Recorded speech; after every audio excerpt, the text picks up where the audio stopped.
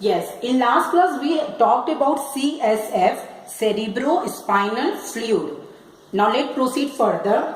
Meninges. Meninges is what? Completely layered covering of brain. मतलब brain जो बहुत बड़ा कॉम्प्लेक्स ऑर्गेन होते हैं जिसके अंदर 100 बिलियन न्यूरॉन्स होते हैं, उस ब्रेन को बाहर से एक मेम्ब्रेन कवर करता है. उस कंप्लीटली लेयर्ड कवरिंग मेम्ब्रेन को हम मेनिंजेस कहते हैं, membrane of the brain.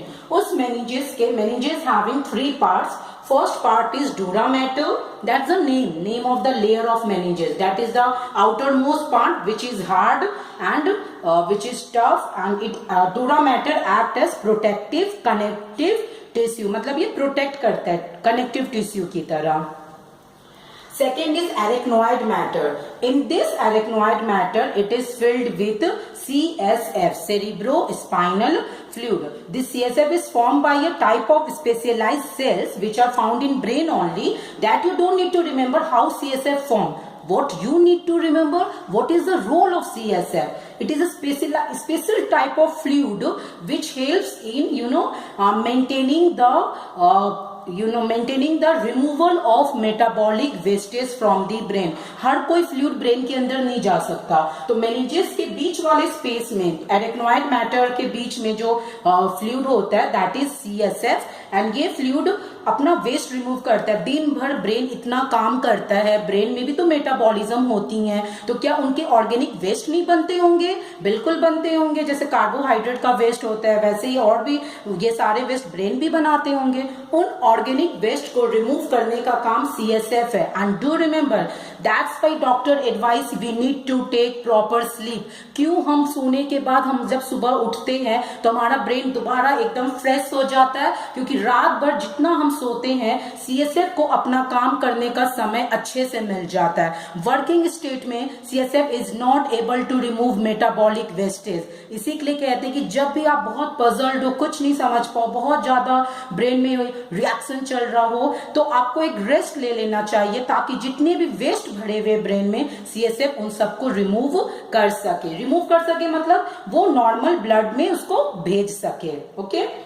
Then pia matter, that is the innermost, and this is permeable membrane. Pia matter is permeable, which allows diffusion. Diffusion मतलब exchange of material from higher to lower concentration, which allows diffusion between CSF and brain tissue. मतलब इस meninges के अंदर कौन है? Brain के neurons वगैरह है. तो CSF और ब्रेन टिश्यू के बीच में कौन सा मेम्ब्रेन आ गया? Pia mater. तो whatever materials have to go enter the brain, they all have to go through the pia mater, and हर मटेरियल CSF के द्वारा होते हुए पाया मैटर के अंदर जाएगा. So these are the 3 layers of meninges. Dura matter, that is hard. Arachnoid matter filled with CSF, that's the main role of CSF. पूरा न्यूट्रिएंट्स का ख्याल रखना कि ब्रेन और स्पाइनल कॉर्ड को सही से न्यूट्रिएंट्स मिले एंड वहां से वेस्ट को रिमूव भी करे. एंड पाया मैटर इनर मोस्ट, जो परमिएबल मेम्ब्रेन होता है, परमिट करता है चीजों को अंदर जाने के लिए. ठीक है. डू रिमेंबर, अगर आपको किसी को ब्रेन में इंफेक्शन होता है तो उसको एनालाइज करने के लिए CSF के ही सैंपल को निकाला जाता है, लेकिन ब्रेन से नहीं निकाला जाता है, स्पाइनल कॉर्ड से निकाला जाता है. And we have to take proper sleep. Why? Because at the time of sleeping brain के अंदर की स्पेसेस इंक्रीज हो जाती है, क्योंकि उस समय हम कुछ सोच नहीं रहे होते हैं. And in such state, in sleeping state, CSF can does it work efficiently. उस समय वो वेस्ट को अच्छी तरह रिमूव कर पाते हैं. नाउ इन केस इन सब के बावजूद भी अगर कोई बैक्टीरिया या वायरस ब्रेन टिश्यू में एंटर कर गया, then some infectious disease can happen. Mainly 2 diseases have been reported related to brain. 2 infectious disease I am talking, है ना. meningitis. meningitis मतलब inflammation of meninges. meninges में किसी तरह का सूजन, swelling, inflammation आना. and encephalitis. encephalitis is another type of infectious disease, and it is also what it is a meaning what? inflammation of brain itself. Meningitis में meninges में swelling होती है. इंसेफेलाइटिस में ब्रेन में इन्फ्लामेशन होता है. Inflammation मतलब स्वेलिंग होना. मेनिंजाइटिस के लिए वैक्सीन अवेलेबल है एंड इंसेफेलाइटिस के लिए एंटीबायोटिक अवेलेबल है. ओके. एंड कभी कभी ये डिपेंड करता है, एंटीबायोटिक इंसेफ्लाइटिस को ट्रीट तब करेगा जब वो फर्स्ट स्टेज पर है। अगर इंसेफ्लाइटिस बहुत ज्यादा फैल गया तब उसको ट्रीट करने में प्रॉब्लम हो सकती है। इसकी इंसेफ्लाइटिस का क्योर होने का कोई गारंटी नहीं होते हैं, डिपेंड करता है कि पर्सन का एज क्या है, कितने लेवल तक इन्फेक्शन ब्रेन में फैल चुका है। सो मेनिंजाइटिस के लिए वैक्सीन अवेलेबल है, इंसेफ्लाइटिस के लिए antibiotic. These are the two most common infectious disease occurring to brain in spite of the fact कि इतने प्रोटेक्शन लेवल के बावजूद भी अगर पैथोजन एंटर कर गए, बैक्टीरिया या वायरस की वजह से होता है। नाउ यहाँ पे मैंने एक बात लिखा, brain can metabolize glucose mainly.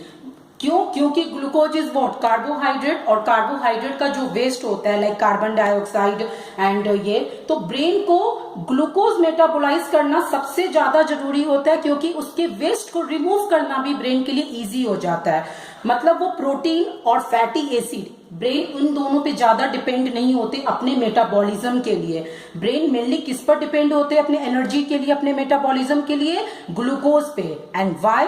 Because there is another barrier in सब meninges के बावजूद there is more barrier which is known as blood brain barrier, triple B, which allows glucose and oxygen to pass। ये blood brain barrier भी हर चीजों को allow नहीं करता है। जितनी भी ब्लड कैपिलरीज जो ब्रेन तक जाती है वो हर ब्लड कैपिलरीज पहले किससे आके मिलेगी?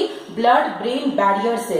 एंड ब्लड ब्रेन बैरियर हर तरह के प्रोटीन या फैटी एसिड या अमाइनो एसिड को ब्रेन के अंदर एंटर नहीं करने देगा। It mainly allows two things to enter, glucose and oxygen. Why so? क्योंकि ब्रेन इन्हीं को मेटाबोलाइज करना चाहता है, क्योंकि इसके वेस्ट को, ग्लूकोज के मेटाबॉलिक वेस्ट को रिमूव करना ब्रेन के लिए इजियर होता है compared to protein and fatty acid. So do remember, brain की प्रायोरिटी ग्लूकोज मेटाबॉलिज्म होती है, इसलिए सबसे ज्यादा एनर्जी की रिक्वायरमेंट ब्रेन को होती है।